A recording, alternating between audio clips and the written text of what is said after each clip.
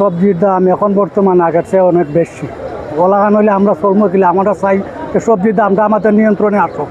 আমরা সাধারণ ক্রেতারা অনেক বিপদের মধ্যে সম্মুখীন অবস্থায় আছি।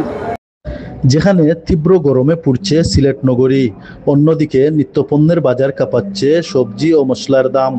হতাশায় ভুগছেন ক্রেতা সাধারণ। সিলেট নগরীর টুকের বাজারে দেখা গেল প্রতিটি সবজির মূল্য সেঞ্চুরি চুই চুই। টমেটো প্রতি কেজি বিক্রি হচ্ছে 160 থেকে 70 টাকা দরে, সিম 260, করলা 100, ভেন্ডি 80, ঝিঙা 80 টাকা দরে বিক্রি হচ্ছে। সাথে বেড়েছে মশলার দাম। সপ্তাহখানেক আগে পেঁয়াজ 45 থেকে 50 টাকা দরে বিক্রি হলেও বর্তমানে তা বিক্রি হচ্ছে প্রতি কেজি 70 থেকে 80 টাকা দরে।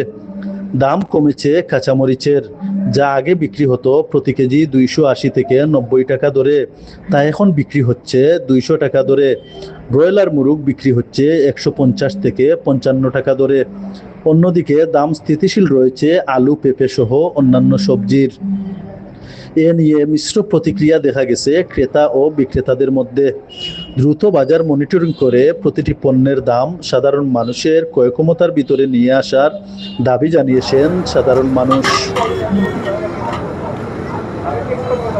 তবে আমার কাছে লাগে বর্তমান বিগত সবজির বাজারটা বিগত থেকে বর্তমান যেভাবে বিক্রি হইতেছে আগ থেকে অনেক বাড়াইল, দামটা একটু সবজি বাড়াইল। এই সবজি বাড়াতে গিয়া তখন তো যে আমরা মধ্যবস্ত যারা আছে ওরা তো খাওয়াটা সবজি টাফ ব্যাপার হবে।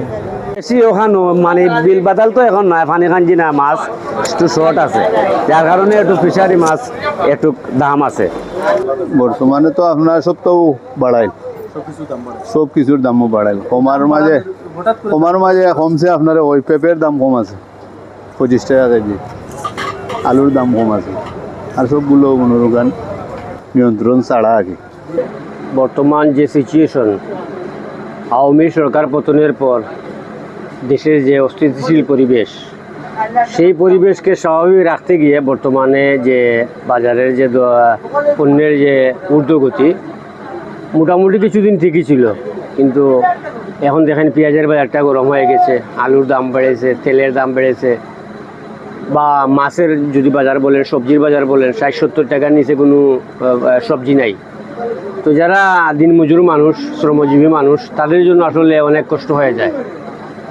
তো সরকার বিভিন্ন জায়গায় ভর্তুকি দিয়ে দেশ পরিচালনা করে। তা আমারও বিশ্বাস যদি খাদ্যশস্যে যদি একটু সরকার খেয়াল করেন, তাহলে আমার মনে হয় যে শ্রমজীবী মানুষ, কষ্ট যারা করে, দিন আনে দিন খায়, এরকম মজুর মানুষ, তারা আসলে সুবিধাজনকভাবে চলতে পারবে, এটাই আমি বিশ্বাস করি।